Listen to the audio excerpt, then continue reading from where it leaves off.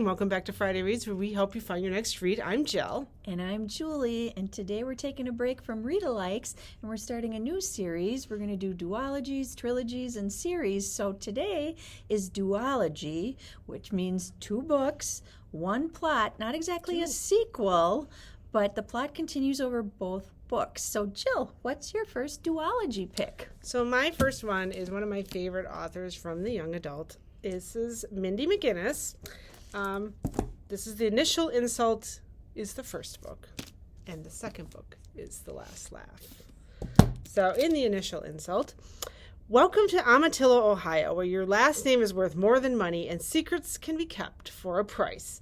Trust Monitor knows that her family used to mean something until she didn't have a family anymore. When her parents disappeared 7 years ago while driving her best friend home, Trust lost everything. She might still be a Monter, but the entire town shuns her now, and she lives with her drunken, one-eyed grandfather at what locals refer to as the White Trash Zoo, a wild animal attraction featuring a zebra, a chimpanzee, a panther, among other things. Felicity Tornado has it all, looks, money, and a secret she's kept hidden. She knows that one misstep could send her tumbling down the top of the social ladder, and she's worked hard to make everyone forget that she was with the Monitors the night they disappeared. Felicity was buried what she knows so deeply that she can't even remember what it is, only that she can't look at Tess without having a panic attack. But she'll have to. Trust has a plan, a Halloween costume party. What's more fun than that this time of year? A Halloween costume party and an abandoned house provides the ideal situation for Trust to pry the truth from Felicity, brick by brick, as she slowly seals her former best friend in a coal chute. With a drunken party above them and a loose panther on the prowl, Trust will have her answers, or settle for revenge. In the first book of this duology, award-winner author Mindy McGinnis draws inspiration from Edgar Allan Poe and masterfully delivers a dark, propulsive mystery in alternating points of view that unravels a friendship forevermore. The Last Laugh continues with that, and I don't know if this is a spoiler alert or not, but she kills his friend. So The Initial Insult and The Last Laugh. The Initial Insult and The Last Laugh. Something creepy for Halloween. My first pick is also a YA pick, and it's The Girl with the Red Balloon and The Spy with the Red Balloon. And one was published in 2017 and the other in 2018, and they're part of the Balloon Makers duology. When 16-year-old Ellie Baum accidentally time travels via red balloon to 1988 East Berlin, she's caught up in conspiracy of history and magic. She meets members of an underground guild in East Berlin who use balloons and magic to help people escape over the wall. But even to the balloon makers, Ellie's time travel is a mystery. When it becomes clear that someone is using dark magic to change history, Ellie must risk everything, including her only way home, to stop the process. Siblings Ilsa and Wolf hide a deep secret in their blood. With it, they can work magic, and the government just found out about them. Blackmailed into service during World War II, Ilsa sends her magic to America's newest weapon, the atom bomb, while Wolf goes behind enemy lines to sabotage Germany's nuclear program. It's a dangerous mission, but if Hitler were to create the bomb first, the results would be catastrophic. When Wolf's plane gets shot down, his entire mission is thrown into jeopardy. He needs Ilsa's help to develop the magic that will keep him alive. But with a spy afoot in her laboratory, the letters she sends to Wolf begin to look treasonous. Can Ilsa prove her loyalty and find a way to help her brother before their time runs out? So The Girl with the Red Balloon and The Spy with the Red Balloon by Catherine Locke. So this one is in the adult section. Ready Player One by Ernest Cline, followed by Ready Player Two by Ernest Cline. And they were published quite a far apart. This was 2011, and the second one was published in 2020. I didn't even know a second one was coming out. Either. So. In the year 2044, reality is an ugly place. The only time teenage Wade Watts really feels alive is when he's jacked into a virtual utopia utopia known as the Oasis. Wade's devoted his life to studying the puzzles hidden in this world's digital confines. Puzzles that are based on their creator's obsession with pop culture of decades past and that promise massive power and fortune to whoever can unlock them. But when Wade stumbles onto the first clue, he finds himself beset by players willing to kill to take this ultimate prize. The race is on, and if Wade's going to survive, he'll have to win and confront the real world he's always been desperate to escape. So, yes. And this book is very fun. It's about a video game. And then this one, starts, a couple days later. So you could read these, in a row. Gosh. So, like we said, one plot continued in the second book. My next pick is Leigh Bardugo's Six of Crows, and then the duology, The Crooked Kingdom. Ketterdam, a bustling hub of international trade where anything can be had for the right price. And no one knows that better than criminal prodigy Kaz Brecker. Kaz is offered a chance at a deadly heist that could make him rich beyond his wildest dreams, but he can't pull it off alone. He needs a convict with a thirst for revenge, a sharpshooter who can't walk away from a wager, a runaway with a privileged past, a spy known as the Wrath, a heartrender using her magic to survive the slums, a thief with a gift for unlikely escapes. Kaz Brecker and his crew of deadly outcasts have just pulled off this heist so daring even they didn't think they'd survive. But instead of divvying up a fat reward, they're right back to fighting for their lives. Double-crossed and badly weakened, the crew is low on resources, allies, and hope. As powerful forces from around the world descend on Ketterdam to root out the secrets of the dangerous drug known as Jurda Parem, old rivals and new enemies emerge to challenge Kaz's cunning and test the team's fragile loyalties. A war will be waged on the city's dark and twisting streets, a battle for both revenge and redemption. So, check out Six of Crows and Crooked Kingdom, published back in 2015 and 2016. This is another one for adults and published very far apart. So, Stephen King, The Shining. You might be familiar with this story. This is about Jack Torrance taking a job at the Overlook Hotel is the perfect place for him to get a fresh start. As an off-season caretaker at the atmospheric old hotel, he'll have plenty of time to spend reconnecting with his family and working on writing. But as the harsh winter sets in, the idyllic location feels more remote and more sinister. And only one to notice the strange and terrible forces gathering around the Overlook is Danny Torrance, the uniquely gifted 5-year-old. So this is published in 1977.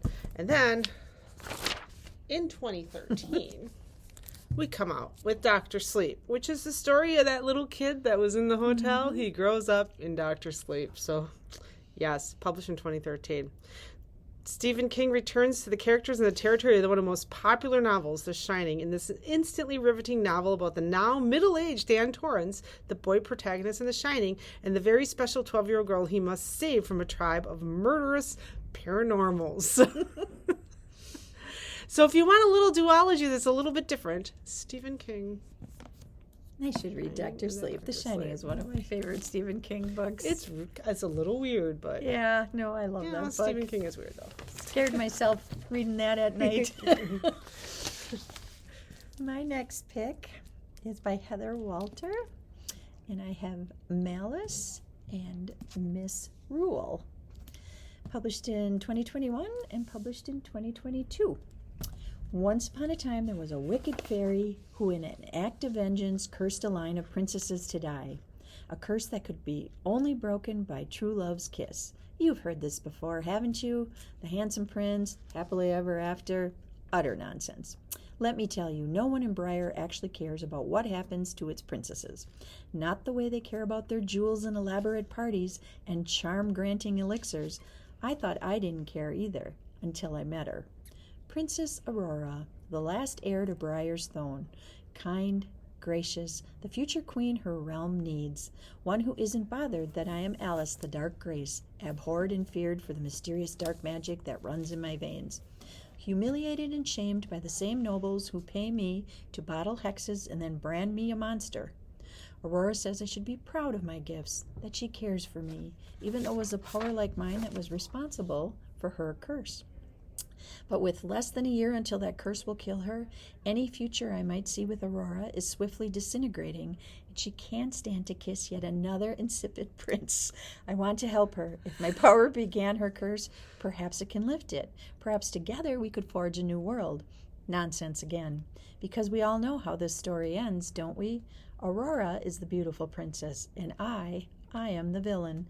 The story continues on with the second book, where the dark sorceress of Sleeping Beauty reclaims her story. So you got to read this duology to find out if true love is really only for fairy tales. So this one sounded intriguing to me. I like that. Malice and Misrule. That one does good. I like the story of Sleeping Beauty. I like retelling of those things. I'm going to start with the second book for this one. And I'm reading it right now, so you'll have to ignore my bookmark here. This is our Lucky Day copy. It will be back in about a week. This is T.J. Klune and Somewhere Beyond the Sea. This has just been published September 2024. It is the second book in this series. A magical house, a secret past, a summons that could change everything. Arthur Parnassus lives a good life built on the ashes of a bad one. He's a master of a strange orphanage on a distant and peculiar island, and he hopes soon to be adoptive father to 6 dangerous and magical children who live there. Arthur works hard and loves with his whole heart, so none of the children ever feel neglect and pain that he once felt as an orphan on that very same island not so long ago. He is not alone. Joining him in the love is the love of his life, Linus Baker, a former caseworker in the Department of Change of Magical Youth. The Department of Charge of Magical Youth.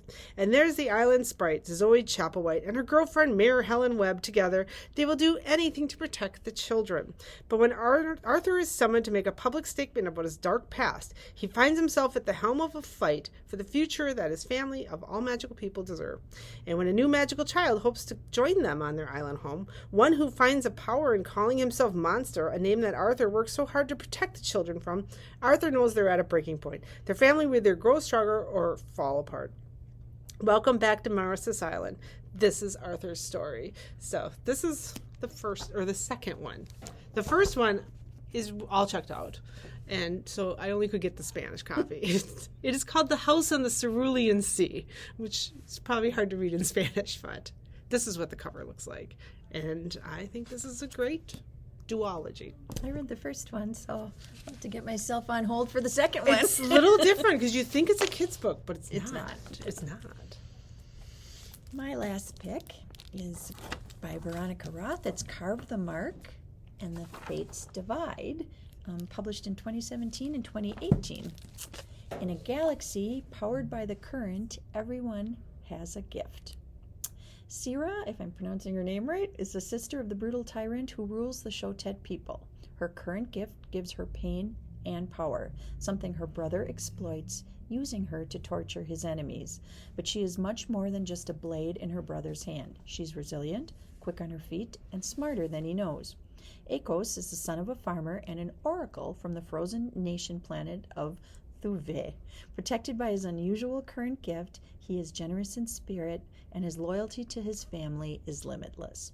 Once Akos and his brothers are captured by enemy soldiers, he's desperate to get his brother out alive, no matter what the cost. Then Akos is thrust into Sira's world, and the enmity between their countries and families seems insurmountable. Will they help each other to survive, or will they destroy one another? It's a chorus of hope, humor, faith, and resilience. So Carve the Mark and the Fates Divide. And these are also in the YA section by Veronica Roth. So the last one I have is Hannah Whitten's For the Wolf and For the Throne.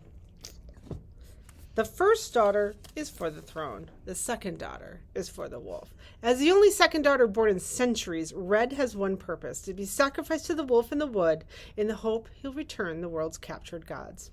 Red is almost relieved to go, plagued by dangerous powers she can't control. At least she knows in the Wilderwood she can't hurt those she loves again. But the legends lie. The wolf is a man, not a monster. Her magic is a calling, not a curse. And if she doesn't learn how to use it, the monsters and the gods will swallow the Wilderwood and her world whole. So this is published in 2021.